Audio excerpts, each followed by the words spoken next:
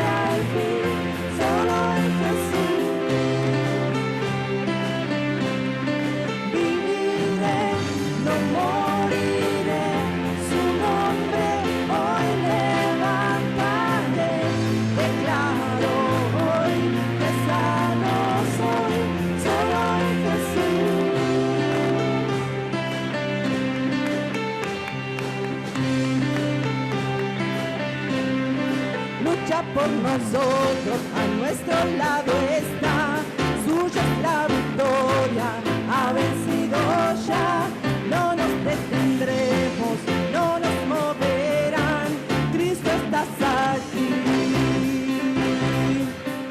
Llevas nuestras cargas, nos libra del mal, suya es la victoria, ha vencido ya, no nos detendremos, no nos moverán.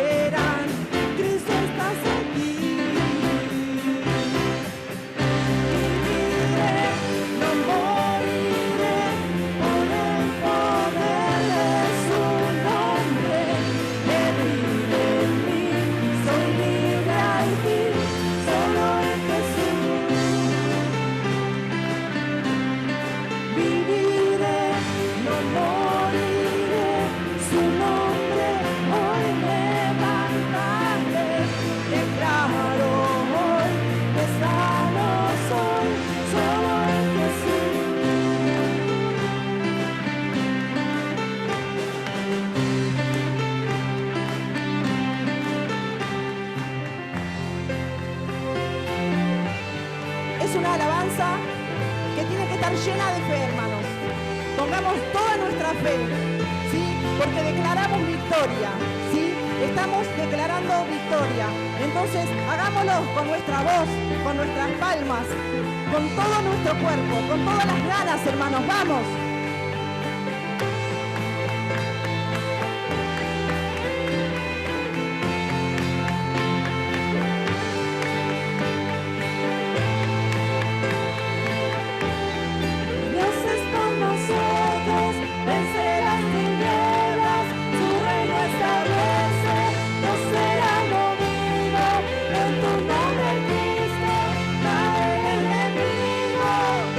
Yo lo gritaré.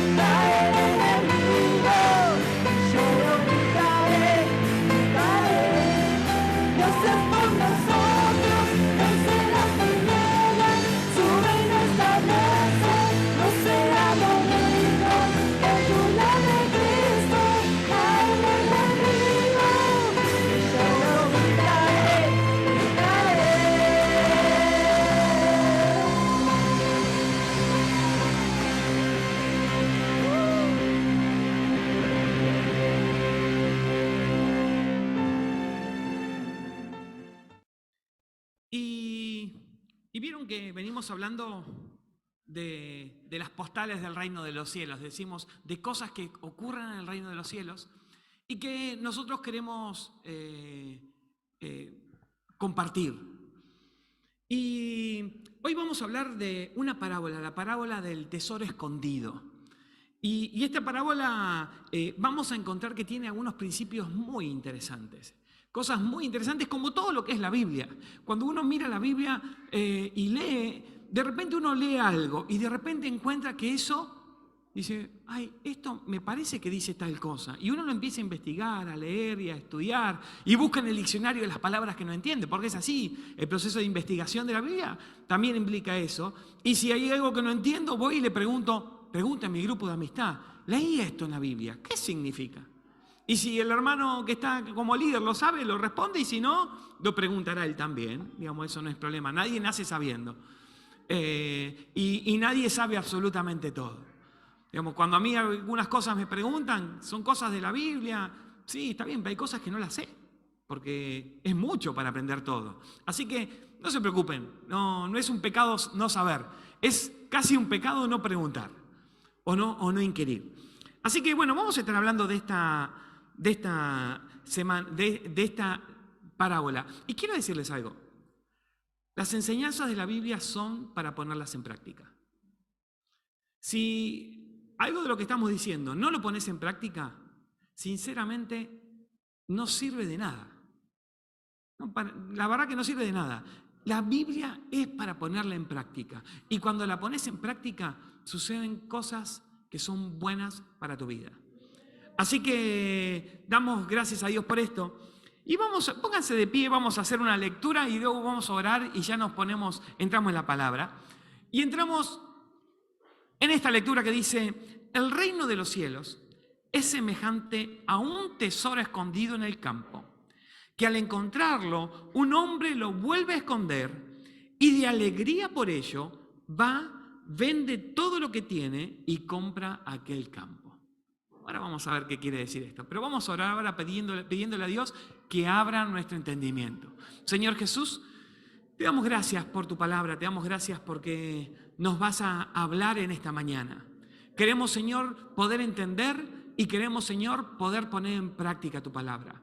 Por eso te pedimos ahora que nos bendigas, que nos hagas prestos para oír y para cumplir lo que nos digas. Te agradecemos por esto en tu nombre, Cristo Jesús. Amén. Ahora sí, tomen asiento ahí donde están. Los que están en casa, sigan sentados seguramente. Porque yo cuando a veces estamos en casa te dicen pónganse de pie, uno dice, si no me ve nadie, me quedo sentado. Entonces, bueno, es así. Yo sé que seguramente no se pararon. Bien, esta parábola es parecida a la de la semana pasada. La semana pasada, no sé si recuerdan, que estuvimos hablando de un buscador de perlas, el que buscaba la perla de gran precio. Entonces, es parecida, aunque no igual, y se diferencian en un punto muy importante. El tesoro, en la semana pasada, fue hallado por alguien que lo estaba buscando. Y este tesoro fue hallado por alguien que no estaba buscando. ¿No? El texto nos dice que es semejante a un tesoro escondido que alguien que estaba cavando en el campo encontró. No dice que estaba buscando tesoros. No, dice que lo encontró. Entonces, hoy hablaremos de un hallazgo. Por eso el título del mensaje es el hallazgo. ¿No? Es algo, el encuentro, algo que estás encontrando. Y algunos interpretan esta parábola de la misma manera que interpretamos de la semana pasada, donde Jesús es en este caso el que encuentra el tesoro, nosotros somos ese tesoro y Él vende todo lo que tiene para poder conseguirnos a nosotros. Está muy bien, pero la Biblia es un poco como esas herramientas, como una navaja suiza, ¿vieron? ¿Las conocen? Las navajas, las Victorinox que decimos, esas navajitas que uno saca y tiene un destornillador, saca por otro lado tiene un cúter, saca por otro lado y tiene, bueno, y la Biblia es así. No quiere decir que la Biblia se pueda interpretar como nosotros queremos. A veces hay que llevar las cosas y decir, no, la Biblia no está diciendo eso. Pero en otras ocasiones se le puede dar más de un uso a la misma palabra, porque esto es justamente la riqueza que tiene la Biblia. Entonces, primero vamos a hablar de la historia. Es una historia que suena un poco extraña, realmente. Y aunque suene un poquito extraña, era totalmente creíble y natural para las personas en la época de Jesús. Empecemos por saber de que en la antigüedad no había bancos. Los bancos tienen mucho tiempo, es verdad que tienen mucho tiempo, tienen como 800 años de haber bancos ya, pero los bancos que había, y en la antigüedad había algo parecido a los bancos. De hecho, encontramos en el libro del Éxodo, en el libro de Génesis y Éxodo, cuando encontramos ahí en los egipcios, encontramos que José guardó las cosechas en unos graneros para poder dar a la gente en el momento en que tenían necesidad. Y eso es digamos, como dirían, unos protobancos. ¿No? Bancos había, sí, bancos de gente, los gobernantes a veces guardaban alimentos y tenemos esta situación así. Pero la gente común no llevaba la plata al banco. Como decimos ahora, lo metían debajo del colchón, ¿no? Lo enterraban en la maceta, ¿no? Y después le tiran la maceta y dicen, no, ahí en la maceta estaban, ¿no? O lo meten debajo de, no sé, una baldosa floja de la casa, no sé, cada uno tendrá su escondite. Y esto era muy real en aquella época, sobre todo teniendo en cuenta que tu casa se podría transformar en un campo de batalla de la noche a la mañana. La zona de Palestina es una de las zonas que más guerra ha soportado a lo largo de toda su historia y sigue sucediendo, lamentablemente. Y en esa zona de repente vos te levantabas y venía un invasor y no podías tener a mano tus bienes. Entonces la gente generalmente las tenía enterradas. De hecho, hasta había un dicho de los rabinos que decía que el mejor lugar para guardar cosas valiosas era debajo de la tierra, ¿no? Y la gente guardaba así. Y de hecho, encontramos también otra historia, digamos, que nos va afirmando este relato, que es ahí en el libro de los Jueces, cuando encontramos la historia de Gedeón. Gedeón fue un hombre al que Dios usó para liberar al pueblo de Israel. Y cuando Dios lo encuentra, él estaba escondido en una cueva, metiendo ahí adentro la cosecha, escondiendo para que no se la roben los que venían a robarles, ¿no? Que eran de otro pueblo. Entonces, y esto, por otro lado, a mí me hace acordar algo que me contó mi abuela, que contaba mi abuela. Mi abuela Teodora, ella y mi abuelo nacieron ahí en lo que hoy es la frontera de Ucrania y Polonia. Y en esa zona, durante la Primera Guerra Mundial, de ella contaba que un día se levantaban y estaban los polacos, otro día se levantaban y estaban los rusos, otro día se levantaban y estaban los alemanes, ¿no? Como que pasaron muchas veces de uno a otro.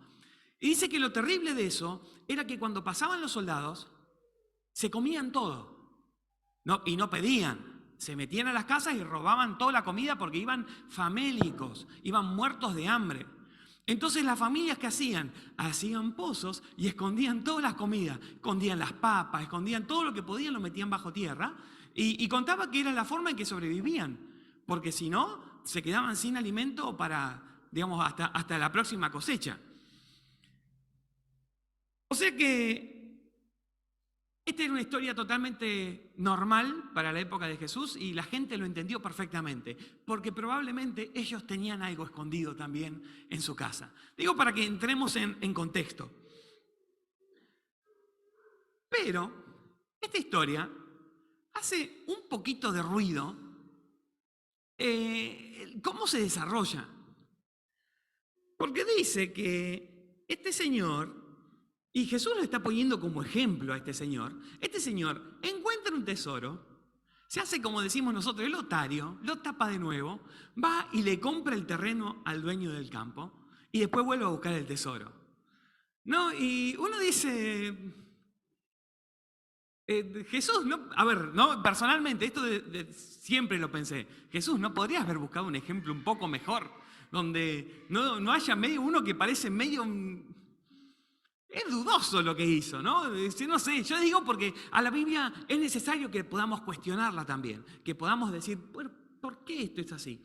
Y acá hay dos cosas para decir, si bien no es el centro del mensaje, ni mucho menos, pero la ley rabínica, la ley de los judíos que regía en ese momento, decía claramente de que si uno encontraba algo, era tuyo.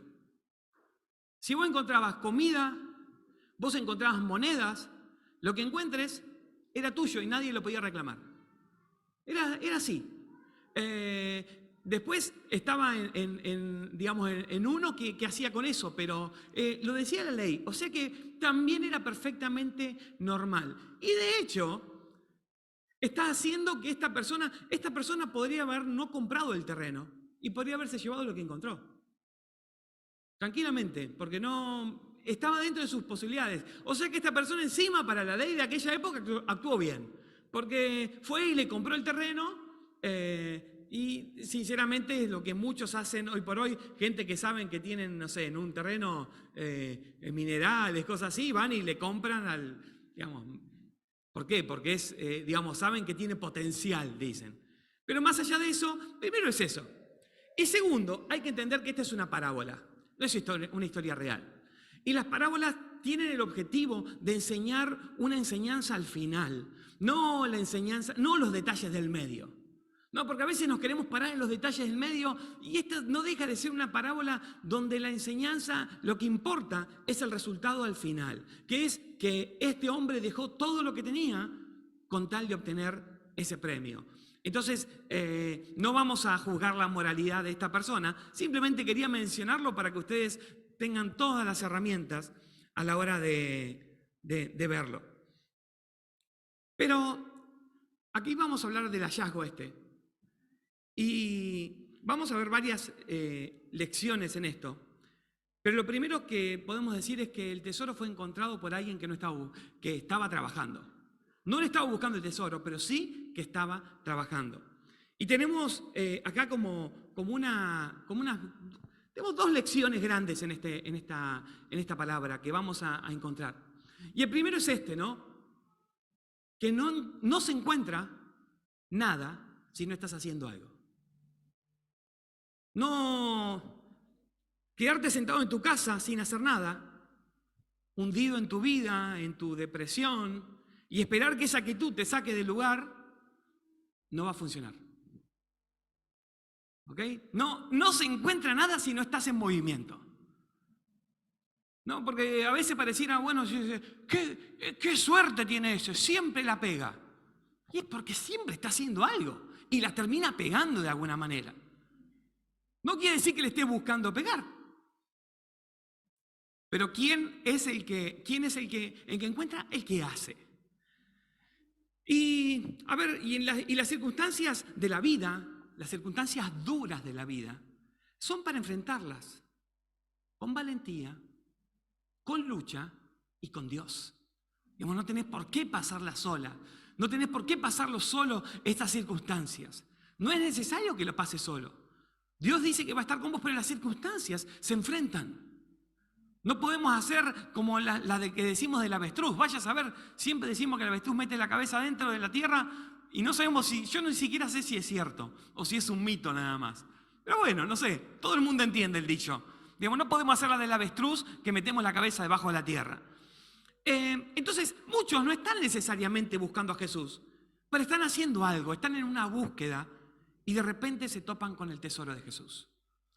Muchos de ustedes les puede haber pasado eso, que estaban haciendo algo y de repente se encontraron con Jesús y eso es un tesoro. Por eso, por otro lado, esto también se aplica a los que ya están en la iglesia. Parecería que Dios solo está aquí en esta plataforma, ¿no? Para algunos. Que está en los que canta, está en el pastor, está en las cosas como más glamorosas de la iglesia. Pero déjenme decirles que a Dios se le encuentra y se puede sentir el gozo de la presencia de Dios sirviendo a otros. ¿no? Se puede encontrar el gozo de la presencia de Dios, a lo mejor cuidando un niño de alguien que necesita. Se puede sentir el gozo de la presencia de Dios cuando nos toque, no sé, cocinar para otros en la iglesia, o limpiar un baño, o barrer un pasillo, o lo que sea. Se puede sentir el gozo del servicio a Dios. ¿Por qué? Porque el servicio a Dios es satisfactorio siempre y cuando estemos haciendo la voluntad de Dios. Entonces, a ver, te encontrás con un tesoro y no lo estabas buscando, pero te encontrás con la felicidad de sentirte que estás haciendo para lo que fuiste llamado. Y no se trata de activismo esto, porque hay algunos que dicen, bueno, entonces hagamos mucho, yo hago esto, hago lo otro. No, no se trata de activismo. Se trata de servir, de amar al prójimo.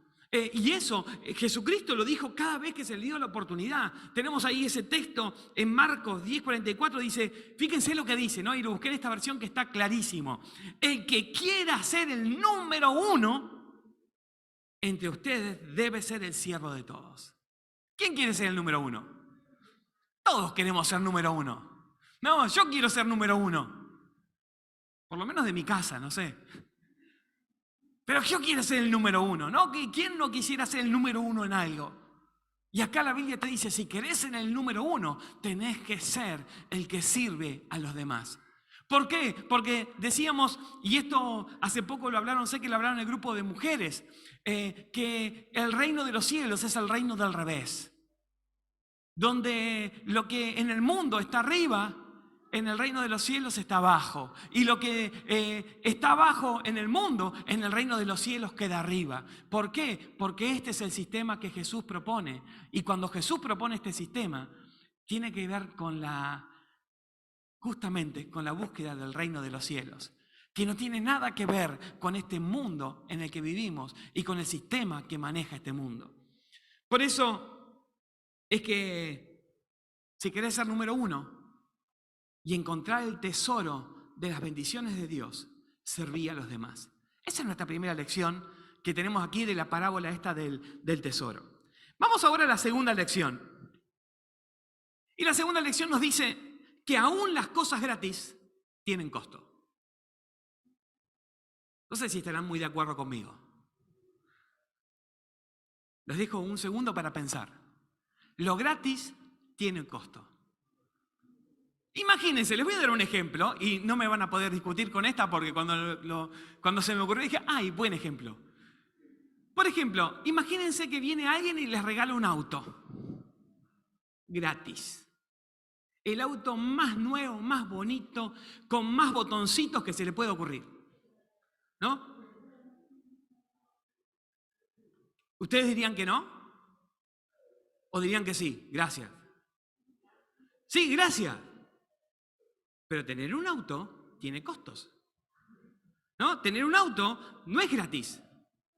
Tengo que mantenerlo, tengo que ponerle combustible, tengo que pagar los impuestos, tengo que llevar al mecánico cuando se rompe, tengo que cambiarle las cubiertas cuando se gastan. Entonces, el auto vino gratis, pero mantenerlo tiene su costo. Por eso es que es así, que lo gratis no significa que no haya un costo que cubrir después. Y aún encontrar un tesoro implica el costo de administrarlo.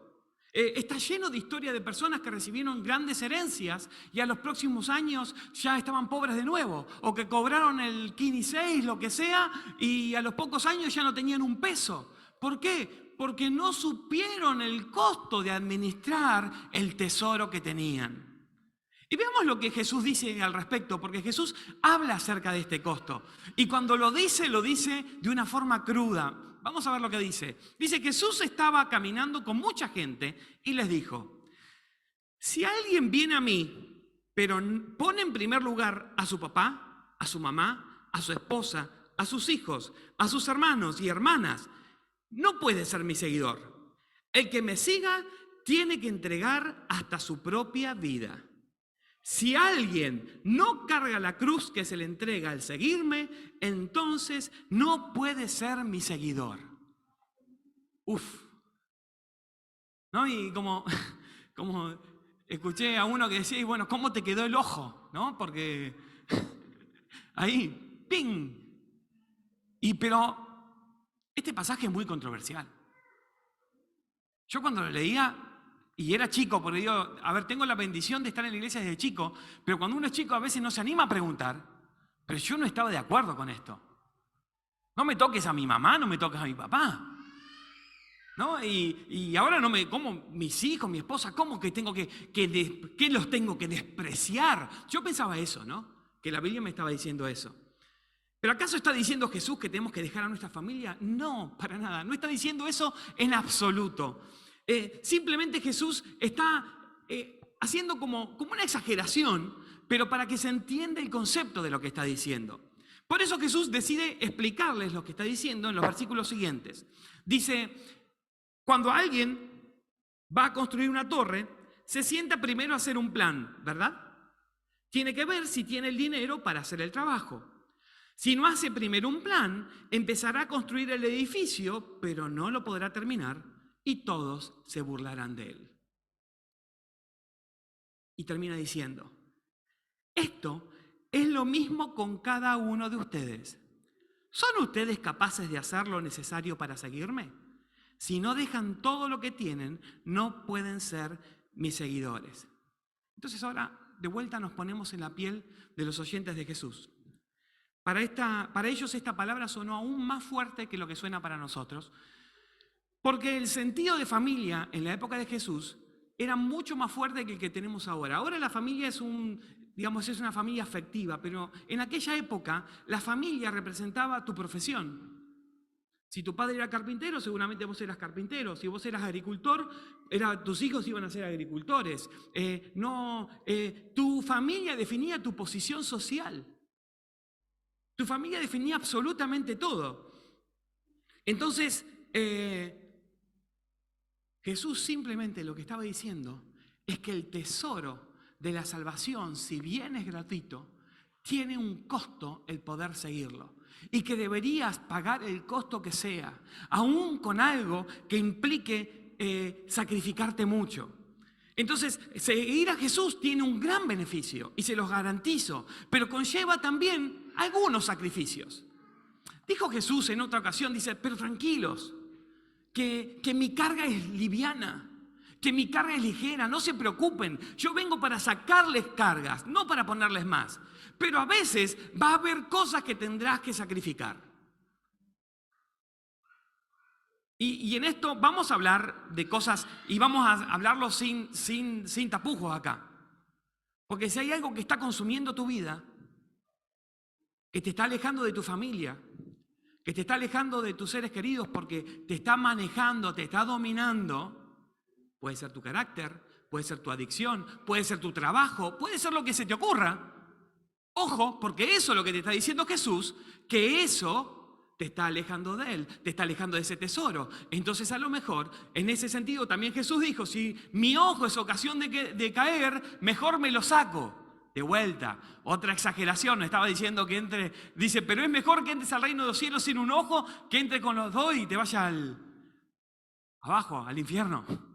Entonces, ¿a qué vamos con esto? De que el Evangelio es gratuito, pero tenemos que hacer planes para poder seguir a Jesús. A Jesús no se lo sigue simplemente diciendo, ay sí, yo voy a la iglesia. A ver, a Jesús se lo sigue haciendo planes para seguirlo. Y hacerlo a veces significa un sacrificio. Y nosotros hablamos de que el Evangelio es gratuito por gracia, y eso es así, y no tenés que hacer nada para ser salvo. Pero hay algunos que viven una gracia barata. Entonces viven un evangelio barato.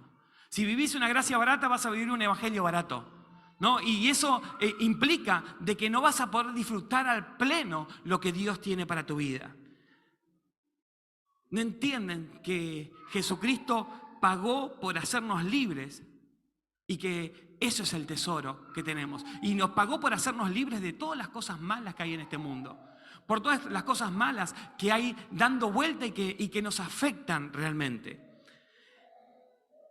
Entonces, este tesoro del que estamos hablando y esta segunda enseñanza, recuerden, la primera enseñanza es que necesitamos a veces trabajar y hacer cosas porque ahí nos encontramos con el tesoro, ¿no? Que está quieto, no encuentra nada. Pero una vez que estás haciendo y que encontraste, mantener el tesoro tiene su precio. Y yo quiero invitarte a que no lo hagas con miedo esto.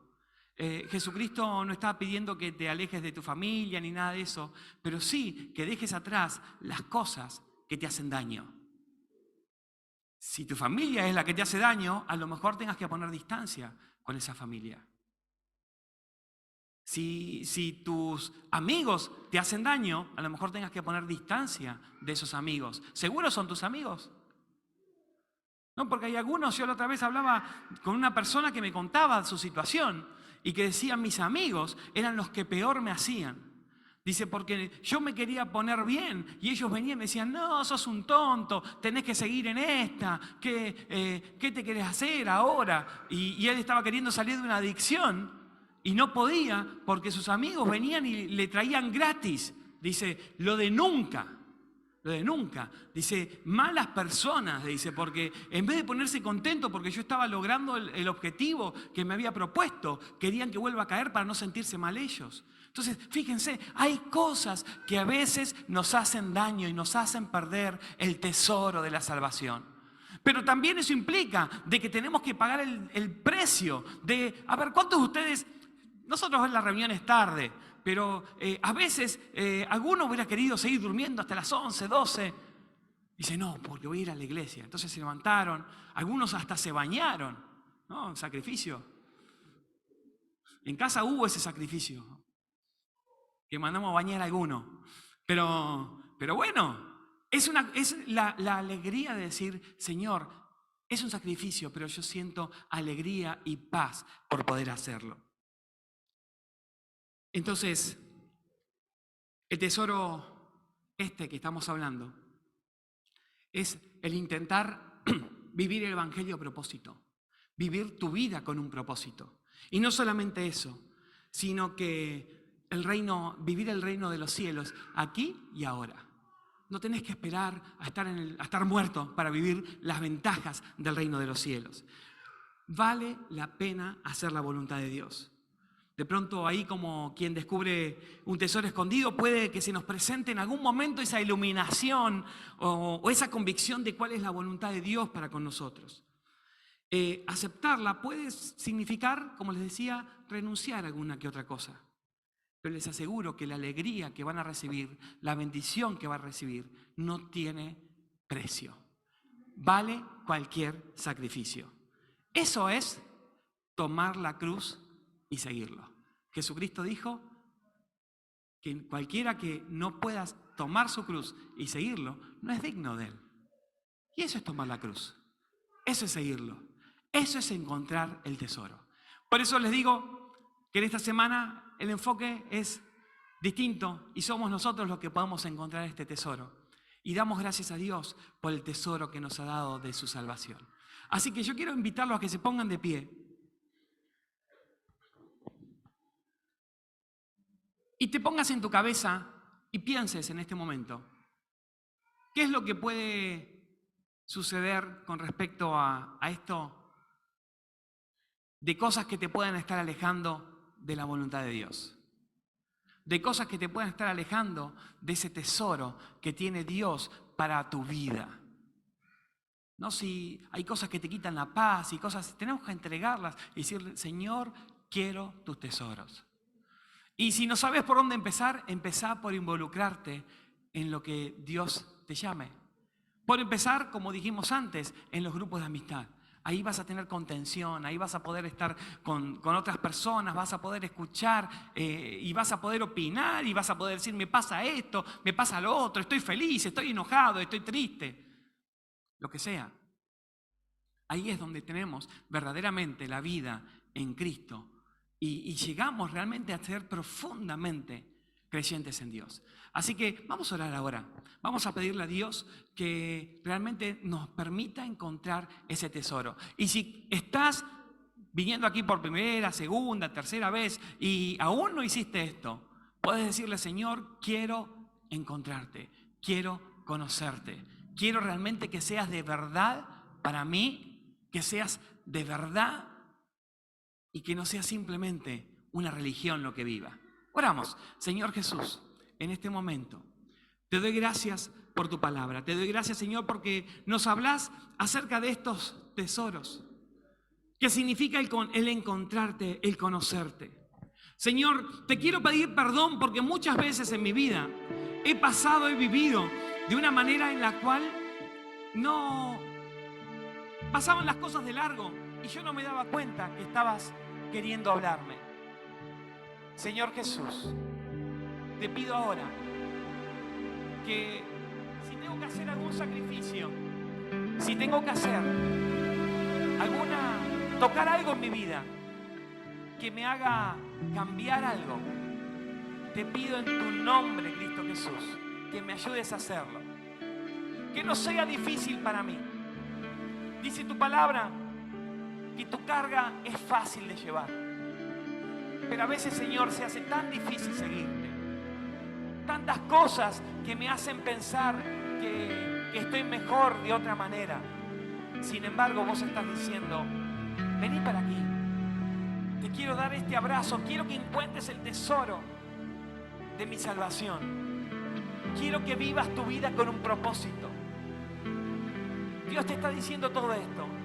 Y en este momento nosotros decimos, sí, Señor. Quiero vivir según tu propósito. Quiero encontrar el tesoro de tu salvación para mi vida. Señor, que yo como esa persona, si tengo que dejar cosas, esa persona que encontró el tesoro pueda hacerlo, Señor. Y que no me cueste, porque sé que el beneficio que voy a obtener al final va a ser mejor. Te bendecimos, Señor. Te adoramos, Cristo Jesús. Y ahora, Señor, elevamos nuestra adoración a ti, sabiendo de que aleluya, Jesús. Yo solo quiero estar ante tus pies. Me mueve este momento santo. No me quiero ir.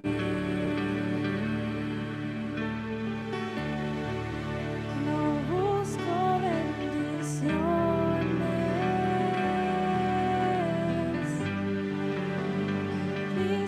No me debes nada a mí, más de lo que tú puedas hacer. Te quiero a ti.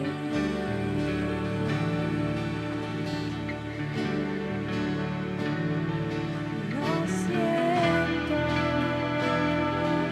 por andar por sentimientos. Lo siento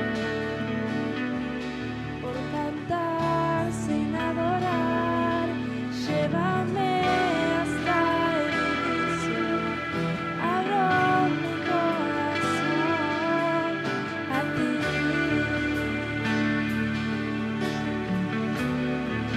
Me envuelve tu presencia. Solo quiero estar ante tus pies. Me mueve este momento santo. No me quiero ir.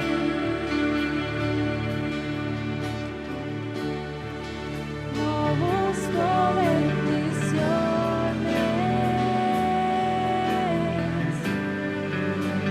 Cristo, no me debes nada a mí, más de lo que tú puedas hacer. Te quiero a ti.